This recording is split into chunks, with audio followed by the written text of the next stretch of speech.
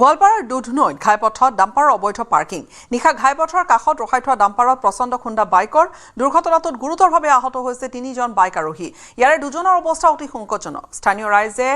লগে আঘাতপ্ৰাপ্তসকলক উদ্ধাৰ কৰি চিকিৎসাৰ বাবে চিকিৎসালয়লৈ লৈ যায় ঘটনাৰ খবৰ পাই ঘটনাস্থলীত আৰক্ষী উপস্থিত হৈ তদন্ত আৰম্ভ কৰিছে আহত 3 বাইক আৰোহী ক্ৰমে নিতুল ৰাভা সন্দীপ ৰাভা আৰু প্ৰসেনজিৎ ৰাভা ইয়াৰে সন্দীপ আৰু প্ৰসেনজিতৰ অৱস্থা অতি সংকটজনক দুয়োকে প্ৰথমে দুধনৈ চিকিৎসালয়ত প্ৰাথমিক চিকিৎসা আগবঢ়োৱাৰ পিছত গোৱালপাৰা অসামৰিক চিকিৎসালয়লৈ প্ৰেৰণ কৰা হয়